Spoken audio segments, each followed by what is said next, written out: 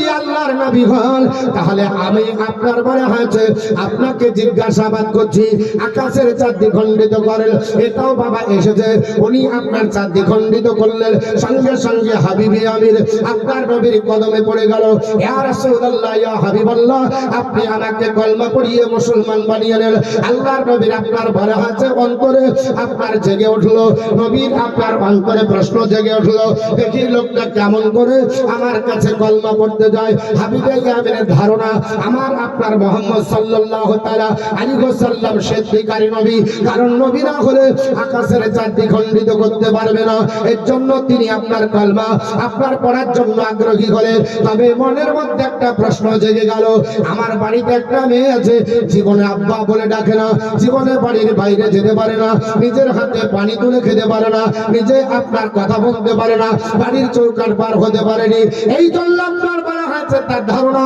আল্লাহর নবী যদি আমার মেয়ের জন্য আপনার দোয়া করে দেয় আমার মেয়ের কুষ্ঠ রোগ ভালো হয়ে যাবে জোরে বল সুবহানাল্লাহ হাবিবে আমিনের মনের মধ্যে এই প্রশ্নটা জেগেছে আল্লাহর নবী বলল হাবিবে আমিন তোমার আপনার কলমা পড়া হবে না তোমাকে মুসলমান বানানো হবে না ইয়া রাসূলুল্লাহ ইয়া হাবিবাল্লাহ কেন হবে না আমার নবী ডাক দিয়ে বলল মনে বলে মেয়েকে ভালো করতে হবে আর জবান বলে কলমা পড়তে হবে আল্লাহর নবীকে ডাক দিয়ে বলে ইয়া রাসূলুল্লাহ যে নবী আপনার বলা আছে কদম বসির স্পর্শ করার পরে ইয়া রাসূলুল্লাহ বাড়ির খবর দিতে পারে ওগো নবীজি আমার মেয়ে কি অবস্থায় যদি বলতে পারেন তাহলে আমার মেয়েকে আপনাকে ভালো করতে হবে আল্লাহর নবী ডাক দিয়ে বললেন হাবিবে আমির আজ কলমা পড়ে নাও আমি রাসূলুল্লাহ বলছি তোমার মেয়ে বাড়িতে ভালো হয়ে যাবে জোরে বল সুবহানাল্লাহ হাবিবে আমির কলমা পড়ে নিল আল্লাহর নবীর কাছে বিদায় দিল হাবিবে আমির বলছে ইয়া রাসূলুল্লাহ ইয়া হাবিবাল্লাহ নবী গো আপনি বিদায় দেন বাড়ি যান হাবিবে আমির বলছে হ্যাঁ আপনার ইয়া রাসূলুল্লাহ বিদায় দেন হযরতে বিশ্ব নবী বলে হাবিবে আমির যাও তোমার মেয়ে আল্লাহর আপনার বলে আছে দয়াতে আরোগ্য লাভ করেছে আর তোমার মেয়ে কথা বলবে তোমার মেয়ের বাকশক্তি ফিরে গেছে তোমার মেয়ে আপনার বলে আছে কষ্টটাও ভালো হয়েছে হাবিবে আমির বলে আমি বাড়ি আপনার যাবার জন্য আপনার দ্রুত গতিতে দৌড়াতে লাগলাম বাড়ি যেতে পৌঁছাতে পারিনি আল্লাহ রাসূলের দোয়া আমার বাড়ির আগে আগে পৌঁছে গেছে আমি আপনার দরজার কাছে দণ্ডায়মান হয়ে ঠক ঠক করে আপনার যেমনি গলি লড়িয়েছে বাড়ির ভিতর থেকে আওয়াজ আসে কে বাড়িতে আমি সঙ্গে সঙ্গে দরজা খুলে দিলাম আমি দরজা আপনার বলে হাতে ভিতর থেকে দরজা খোলা হলো আমি দরজার কাছে দণ্ডায়মান হলাম দরজার ভিতর থেকে আওয়াজ দেখে আমি বললাম আমি হাবিবে আমির আমার মেয়ে গুটগুট করে আমার সামনে